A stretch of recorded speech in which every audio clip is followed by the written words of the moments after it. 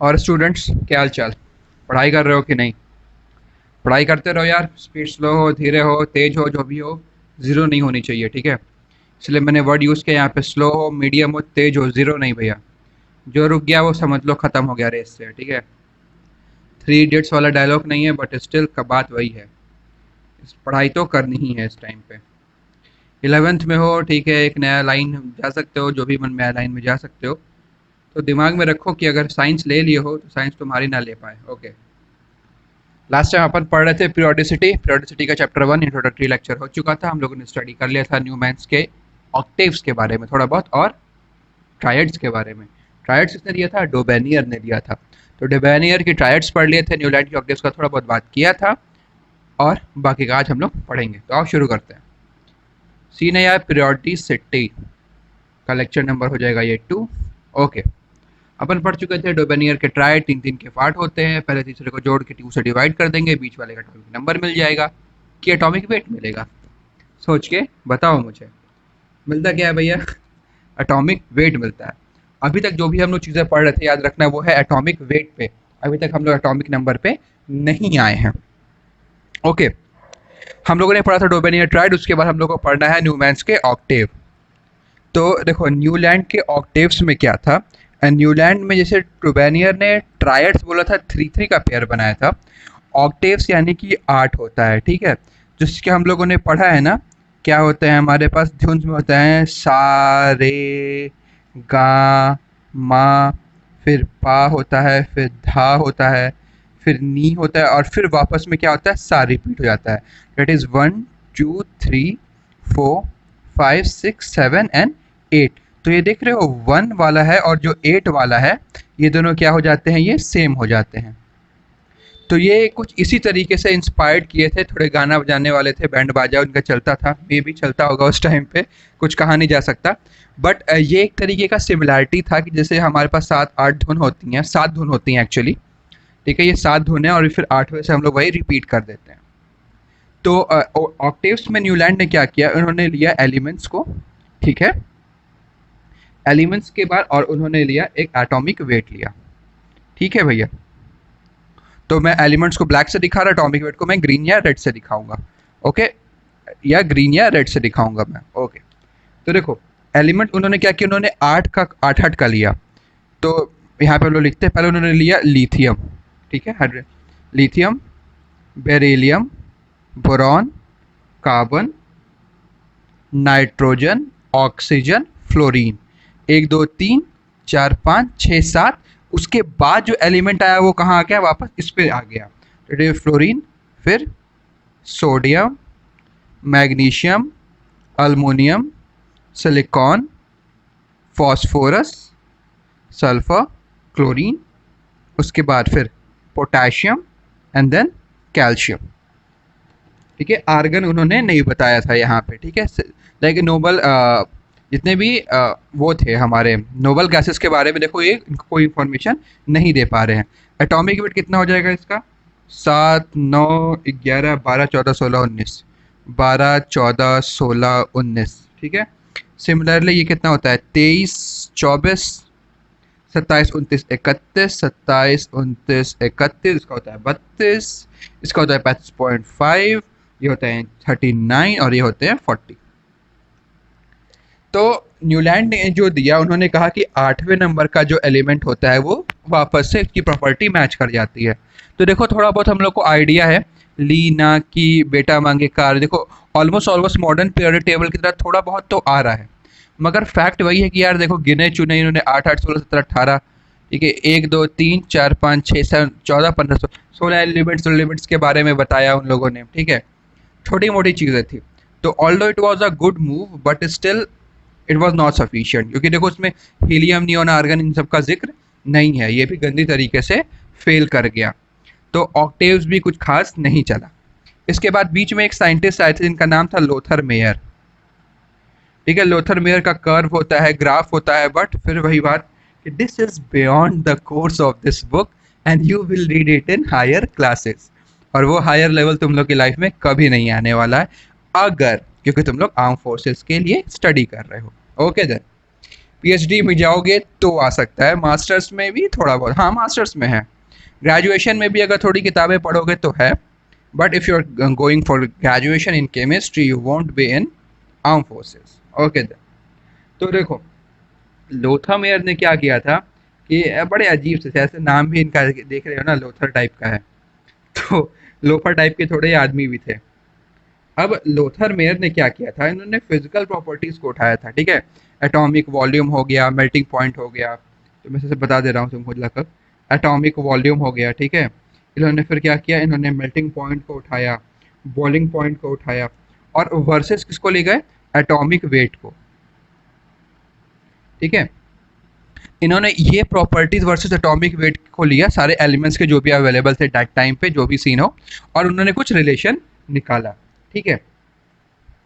उसके बाद उन्होंने जो ग्राफ बनाया था, या फिर ग्राफ कह रहा हूँ मैं, जो उन्होंने टेबल बनाया था लोथर मेयर का, वो almost almost modern periodic table की तरह था, थोड़ा बहुत था, बहुत नहीं कह सकता हूँ, लेकिन उनके काम को उतना ज़्यादा प्रिविलेज नहीं मिली थी हम लोग को। लेकिन लोथर मेयर के बाद जो साइंटिस्ट है जिसका नाम था मेंडेलीव, ठीक है, मेंडेलीव, तो मेंडेलीव ने ऑलमोस्ट ऑलमोस्ट इनके डेटा का स्टडी किया, और मेंडेलीव ने एक पीरियोडिक टेबल दिया, ठीक है।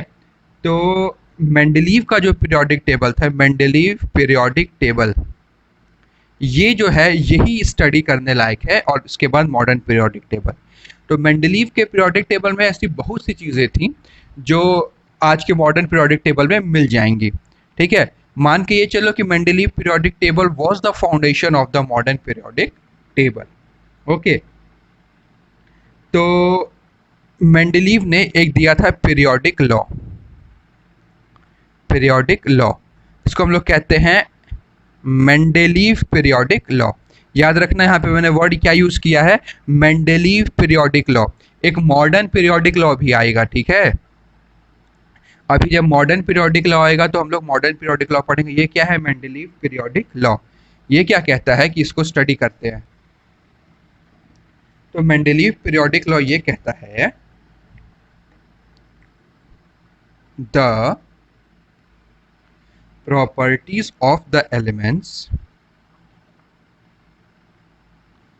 the properties of the elements, ठीक है, are a periodic function, are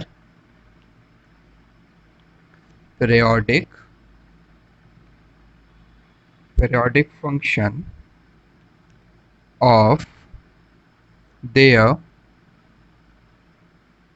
atomic weights, ठीक है। तो मेंडेलीव का पीरियोडिक लॉ क्या कहा था कि जो एलिमेंट की प्रॉपर्टीज होते हैं वो होते हैं पीरियोडिक फंक्शन, किसके, अपने एटॉमिक वेट्स के हिसाब से। ओके, तो ये भी याद रखो कि अभी तक हम लोग जो भी क्लासिफिकेशन कर रहे हैं वो किस पे कर रहे हैं, हम लोग कर रहे हैं उसको एटॉमिक वेट्स के बारे में, ठीक है। तो इस बात को याद रखना है कि एटॉमिक वेट्स के बारे में ही हम लोग इसको स्टडी कर रहे हैं। साथ ही साथ मेंडेलीव वो पहले थे जिन्होंने एक टेबल बनाया था और उन्होंने ऐसे कैटेगराइजेशन किया था। अभी हम लोग मेंडेलीव के पीरियोडिक टेबल को पढ़ेंगे। ओके, तो मेंडेलीव के पीरियोडिक टेबल में बेसिकली हम लोग को ये जानना था कि मेंडेलीव ने जो चीज़ें की थी, मेंडेलीव ने क्या क्या किया था। मेंडेलीव ने हॉरिजॉन्टल एंड वर्टिकल रोज बनाए थे, ठीक है, वर्टिकल रोज बनाए थे, ठीक है, horizontal rows and vertical columns बनाए थे मेंडेलीव्स ने, ठीक है। रो मतलब समझ रहे हो, हॉरिजॉन्टल रो, और कॉलम ऐसे ऐसे, ठीक है, तो बनाया था।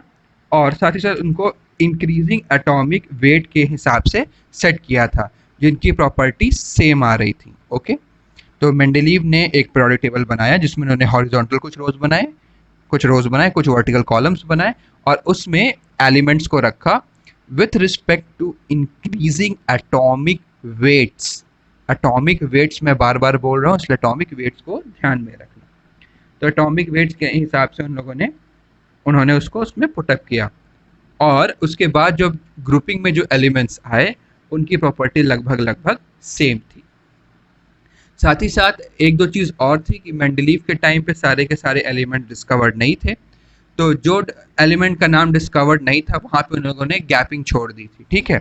तो दो गैपिंग छोड़ने में उन्होंने छोड़ी थी। उन्होंने एक छोड़ा था एक्का अल्मोनियम के नाम से, ठीक है, और एक छोड़ा था उन्होंने एक्का सिलिकॉन के नाम से। तो एक्का अल्मोनियम बाद में जाके गैलियम के नाम से आ गया, मतलब यहाँ पे गैलियम आया, और एक्का सिलिकॉन के नाम पे जर्मेनियम आया। ऑल दो मेंडलीव के टाइम पे गैलियम और जर्मेनियम अनडिस्कवर्ड थे, तो उन्होंने उस पर्टिकुलर प्लेस पे एक्का अल्मोनियम और एक्का सिलिकॉन छोड़ दिया था। तुम लोग को पता होगा कि जो गैलियम होगा भी तुम देखने तो अल्मोनियम के नीचे ही आता है, ठीक है। अगर ध्यान से देखेंगे हम लोग मॉडर्न पीरियोडिक टेबल में, तो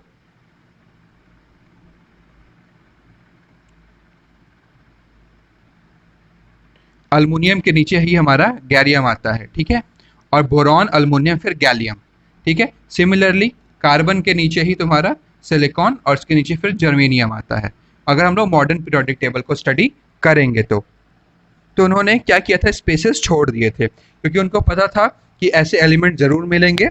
तो ये इनके पीरियोडिक टेबल की कुछ कुछ खास बातें थी, ठीक है। अब उन्होंने साथ ही साथ जो प्रॉपर्टीज़ को स्टडी किया था उसके अकॉर्डिंग उन्होंने बोल दिया था कि जो इन लोग की प्रॉपर्टीज़ होगी वो ऑलमोस्ट ग्रुप के बराबर ही होगी। इसके अलावा ऐसा कुछ खास नहीं है हमारे पीरियोडिक टेबल के जो मेंडलीव ने बताया था, ठीक है। तो बाकी अगर तुम्हारे पास एनसीईआरटी हो तो तुम एक बार मेंडलीव के पीरियोडिक टेबल को देख सकते हो। और सच बात बताऊं तो मेंडलीव के पीरियोडिक टेबल में ऐसा कुछ नहीं है तो तुमको जानना चाहिए। एक ये एक्का अल्मोनियम एक्का सिलिकॉन मैंने बता दिया। जो उसके बाद जो स्टडी है it is modern periodic table, हम लोग को वही स्टडी करना है। आओ उस मॉडर्न पीरियोडिक लॉ पढ़ लेते हैं और फिर मॉडर्न टेबल पे आएंगे हम लोग। तो अब हम लोग को पढ़ना क्या है, modern periodic law and present form of periodic table. तो टॉपिक है हमारा modern periodic law.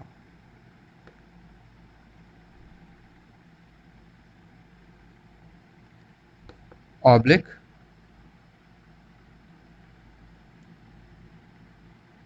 Periodic table, ठीक है। मैं मॉडर्न पीरियोडिक टेबल के बारे में हम लोग को स्टडी करना है। अभी तक हम लोग जो स्टडी कर रहे थे ना उसमें फैक्ट ये था कि सबने, जो भी साइंटिस्ट है, डोबेनियर आया, ऑक्टेव आया, लोथर मेयर आया, मेंडलीव आया, जो भी थे ये सब एटॉमिक वेट पे काम कर रहे थे। लेकिन एक और बात है भैया, जिस समय इन लोग काम कर रहे थे ना उस समय अपने उनको सब एटॉमिक पार्टिकल्स के बारे में हम लोग को सही से पता नहीं था। सब 19th सेंचुरी की बात है, ओके। लेकिन जैसे 20th सेंचुरी आया, 20th सेंचुरी का स्टार्ट हुआ, उस टाइम पे तुम लोग को पता होगा 20th सेंचुरी में ही बेसिकली हम लोग को सब एटॉमिक पार्टिकल्स के बारे में स्टडी सही से जान पाए। हुआ क्या कि एक साइंटिस्ट है जिनका नाम था मोजले। मोजलेज इक्वेशन पढ़े होगे किसमें, तुम लोग एक्स रेज में पढ़े हो, नहीं पढ़े होगे तो आगे पढ़ लोगे। तो मोजले ने एक्सरे की का खोज किया था, नहीं गलत है भैया, रॉटजन ने किया था, रॉटंजन ने किया था एक्सरेज की खोज। मोजले ने एक्सरे पे रिसर्च किया था, ओके। तो मोजलेज ने क्या किया, उन्होंने ऑब्जर्व किया कि मोजलेज इक्वेशंस हम लोग पढ़ते हैं लेकिन वो भी आप लोग के आउट ऑफ कोर्स है। एक्सरेज का खोज रॉटंजन ने किया था, फिर भी बता दे रहा हूँ, ठीक है, मोजले मत समझ लेना, ठीक है। मोजले ने, ओके, क्या बता रहा था मैंने, हाँ, एक्सरे की प्रॉपर्टीज ऑब्जर्व की और उन्होंने क्या पाया कि अंडर रूट वी जो है, ठीक है, और वी क्या is called, that is nu frequency, ठीक है, फ्रीक्वेंसी ऑफ एक्सरेज। अगर हम लोग z versus under root nu का ग्राफ देखें तो वो लगभग स्ट्रेट लाइन आ रहा था, ठीक है। कहने क्या मतलब है, जैसे जैसे एटॉमिक नंबर बढ़ा रहे थे हम लोग का फ्रीक्वेंसी भी बढ़ रहा था। मतलब कहने का क्या मतलब है, z वर्सेस अगर फ्रीक्वेंसी का हम लोग ग्राफ देख रहे थे, ठीक है, तो वो स्ट्रेट लाइन मिल रहा था, ठीक है। लेकिन जब हम लोग एटॉमिक मास से देख रहे थे तो वो स्ट्रेट लाइन नहीं मिल रहा था। तो इससे इम्प्लीकेशन क्या हुआ, उनके हिसाब से ये आया, मोजले के हिसाब से, कि उन्होंने कहा कि नहीं यार, जो प्रॉपर्टीज़ हैं वो एटॉमिक वेट की जगह पे एटॉमिक नंबर से रिलेट कर रही हैं। समझो इस बात को। अभी तक हम लोग क्या स्टडी कर रहे थे कि जो प्रॉपर्टीज़ हैं वो किस पर रिलेट कर रहे हैं, एटॉमिक वेट पे। लेकिन मोज़ले ने जब एक्सरे के साथ जो भी रिएक्शंस कराए या उन्होंने ऑब्जर्वेशन किया, उसमें पता चला कि फ्रीक्वेंसी जो बढ़ रही थी वो एटॉमिक नंबर पे बढ़ रही थी, और उसके बाद ही मॉडर्न पीरियोडिक लॉ का फॉर्मेशन हुआ। ठीक है। Therefore, what was the work of Moseley? He showed that the atomic number is a more fundamental property of an element than its atomic mass. ठीक है। तो उसके बाद हम लोगों ने पढ़ा आया मार्केट में, that is modern periodic law. अब मॉडर्न पीरियोडिक लॉ किसने दिया था इसका कोई खास जिक्र नहीं है, because it was a group of panel of scientist. ठीक है। तो मिल के सारी बातें हम लोग को उसमें स्टडी करनी है। ठीक है। तो मॉडर्न पीरियोडिक लॉ क्या है? The physical and chemical properties of elements are periodic function of their what? Atomic mass? नहीं, atomic number। यही जानना है हम लोगों को कि मॉडर्न पीरियोडिक लॉ क्या था, कि जो प्रॉपर्टीज हैं are periodic function of the atomic number. But Mendeleev का पीरियोडिक लॉ क्या था कि वो एटॉमिक वेट पे था। तो ये हम लोग को जानना है। ठीक है। जिस समय पीरियोडिक लॉ आया उस समय तुम लोग को जान लो कि 94 एलिमेंट्स नोन थे। ओके, सॉरी, नेचुरल गलत बता दिया मैंने, ये नियम का नहीं है। जब समय पीरियोडिक टेबल आया, मॉडर्न पीरियोडिक टेबल आया, तो उस टाइम पे भी कुछ ऐसे एलिमेंट्स थे जो अनडिस्कवर्ड थे। ठीक है। और उनका नाम भी कुछ अलग तरीके से नहीं रखा गया था। तो मॉडर्न पीरियोडिक लॉ बेसिकली जब like it started coming in work, तो हम लोगों ने स्टार्ट किया सब जगह एटॉमिक नंबर को कंसीडर करना। तो नंबर कंसीडर करने के बाद हम लोगों ने क्या किया, एज यूजुअल जैसे कि वो किया गया था, मेंडलीव ने दिया था, कुछ हॉरिजॉन्टल रोज दिए थे एंड वर्टिकल कॉलम्स दिए थे। मॉडर्न पीरियोडिक लॉ ने भी कुछ उसी तरीके से काम किया। उसने भी क्या किया, मॉडर्न पीरियोडिक लॉ में भी हमारे पास कुछ ऐसे हॉरिजॉन्टल्स लाइन आई। ठीक है। और कुछ हमारे पास ऐसे वर्टिकल लाइन्स आई। ठीक है। तो जो हमारे पास वर्टिकल लाइन्स आई, इसको हम लोगों ने क्या कह दिया, पीरियड। और जो नीचे वाले आई, ठीक है, इसको हम लोगों ने क्या कह दिया, ग्रुप्स। ये क्या थे हमारे रोज, कई बार पूछता है, sorry sorry sorry, this is column and these are rows. ठीक है। Horizontal rows and vertical column, वही वाला सीन है। ठीक है। एक बार पूछता है कि मेंडलीव ने क्या क्या नाम दिया था, तो मेंडलीव ने इसको नाम दिया था सीरीज और ग्रुप्स। मेंडलीव ने नाम दिया था सीरीज पीरियड्स को, और इसको ग्रुप्स का ग्रुप्स ही कहा था। ठीक है। तो मॉडर्न पीरियोडिक टेबल में भी हमारे पास पीरियड्स या रोज हैं और ग्रुप्स या कॉलम्स हैं। तो कितने पीरियड्स और कितने ग्रुप्स हैं, तो हमारे पास ग्रुप्स हैं टोटल 7, और हमारे पास सही बोल रहा हूं मैं? देखो, ऐसा होता है कि हड़बड़ी में क्या, अगर ये लाइव क्लासेस होती, लाइक अपन सामने सामने पढ़ रहे होते, तो मेरी वही आदत बन गई है कि मैं पहले गलत करता हूँ और फिर तुम लोग से पूछता हूँ, बट ये थोड़ा अलग है यहाँ पे। तो पीरियड्स कितने हैं हमारे पास, 7 हैं, और जो हमारे ग्रुप्स हैं वो कितने हैं, ऐसे 18 ग्रुप्स हैं। मैं बात कर रहा हूँ मॉडर्न पीरियोडिक टेबल की। ठीक है। तो ये हम लोग को याद रखना है। साथ ही साथ जो सारे के सारे एलिमेंट्स होते हैं ना एक ग्रुप में, उनकी प्रॉपर्टी लगभग सेम होती है, ये हम लोग को पता है। तो उसको हम लोग कहते हैं फैमिली। ठीक है। आगे भी हम लोग पढ़ेंगे, हम लोग पढ़ेंगे boron family, carbon family, halogens, चैल्कोजेंस। ठीक है। S1 ग्रुप होता है, S2 ग्रुप होता है, alkali metal, alkaline earth metals. ये हम लोग जब आगे पढ़ेंगे S ब्लॉक में, P ब्लॉक में, D ब्लॉक में, तो हम लोग पूरी फैमिलीज को भी स्टडी करेंगे। ठीक है। तो हमारे पास 7 पीरियड्स हो गए और 18 ग्रुप्स हो गए। तो ये हमारी बात हो गई मॉडर्न पीरियोडिक टेबल की। ठीक है। तो इतना स्टडी करेंगे हम लोग। उसके बाद नेक्स्ट लेक्चर में हम लोग पढ़ेंगे जो 100 से ऊपर वाले जो होते हैं एलिमेंट, उनका नाम कैसे लिखा जाता है, वो एक इम्पॉर्टेंट टॉपिक है। थोड़ा बहुत हम लोग कंसेप्ट पढ़ेंगे, उसके बाद बेसिकली हम लोग पढ़ेंगे पीरियोडिक टेबल का डायसेक्शन करना है, उसमें ग्रुप्स क्या होते हैं, पीरियड्स क्या होते हैं, ठीक कौन कौन से ब्लॉक हैं उसमें, ठीक है, और बाकी की चीज़ें हम लोग उसमें स्टडी करेंगे। Okay then, bye, take care, मिलते हैं नेक्स्ट लेक्चर में।